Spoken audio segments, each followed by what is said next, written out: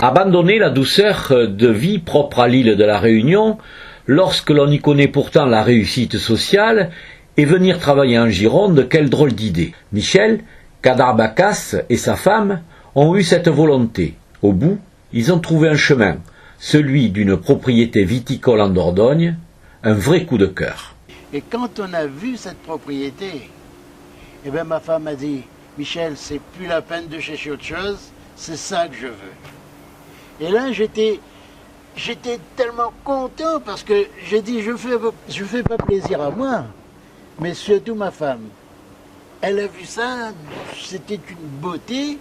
C'est vrai, la personne a entretenu ses vignes. Elle l'a préparé, elle a mijoté, tous les emplacements qu'on devait visiter, c'était bien rogné, c'était bien palissé, c'était bien rangé. Donc elle nous a montré effectivement la belle robe. Par contre, ce que vous ne saviez absolument pas, c'est ce que ça impliquait comme travail derrière. Pas du tout. Alors là, pas du tout. Un cépage de vigne, je ne savais pas c'était quoi. Un sept de vigne, je ne savais pas. J'avais aucune notion, mais aucune notion de la faisabilité. J'avais l'argent pour acheter. Ça me plaisait, le prix, tout était bon. Comment vous avez été accueillis? Ah, on était accueillis correctement. On était accueillis très très bien dans le village. Oui, mais derrière, il y avait quand même... Ah, mais les gens nous regardaient derrière la vitre. Hein. Après, j'ai compris. Au bout d'un certain temps, quand j'ai commencé à comprendre la mentalité du village, j'ai compris, j'ai su aussi que les gens ne croyaient pas que ça allait se faire. Ils ne pensaient pas qu'on était aussi déterminés. Ils se disaient, oh, il ne va pas faire une année, il va s'en aller, ça va pas marcher. Il ne connaît rien de la profession, non, c'est pas possible. On n'a pas tenu compte de tous ces trucs finalement. On a continué dans notre démarche. Vous avez jamais eu aucun doute?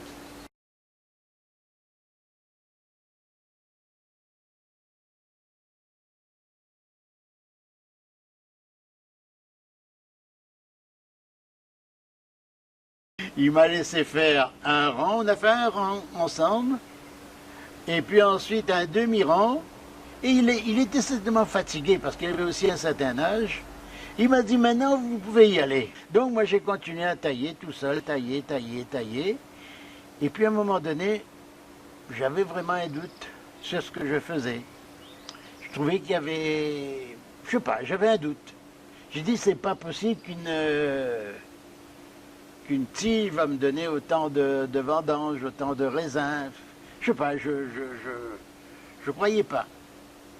Et puis finalement, j'avais aussi ma belle-sœur qui était avec moi à cette époque-là. Elle m'a dit non, non, c'est bon, tu dois y aller, il n'y a pas de souci. Et là, je me suis mis à continuer à tailler et j'ai fait mes 10 hectares. Heureusement, la qualité de la première récolte les rassure. Alors, c'était en 89, il y avait un concours de vin en Bergerac, c'était une exposition.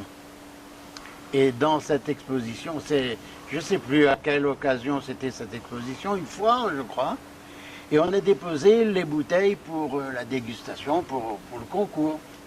Mais je ne pensais même plus que j'allais obtenir un prix ou autre. Finalement, j'ai obtenu une médaille d'or. Ça a dû un peu jaser dans les chaumières, non? Ah oui, oui, oui. Ça, oui, ça a fait causer. Ça a fait causer. Mais surtout moi qui étais fier de ça. Obtenir une médaille d'or, je crois que là, ça m'a mis tout de suite en confiance. Là, je suis parti de plus belle.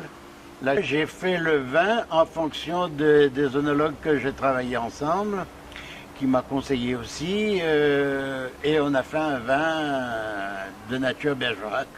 Hein, un vin, je crois que c'est un vin, on devrait dire un vin français, pour ne pas dire un vin réunionnais. Et ça, c'est quand même très fort comme histoire. Ben, j'ai dit c'est vraiment mon histoire, parce que à l'origine, si je devrais dire, J'aurais voulu être artiste quand j'étais jeune. Je voulais être artiste, je voulais faire quelque chose qui me passionne. J'ai fait de l'art, j'ai fait de la ferronnerie d'art, mais ça ne m'a pas marqué.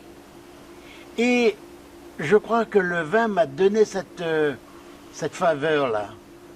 Parce qu'un bon vin, c'est fait, et quand il est bon, on l'apprécie. Et je crois que c'est ça.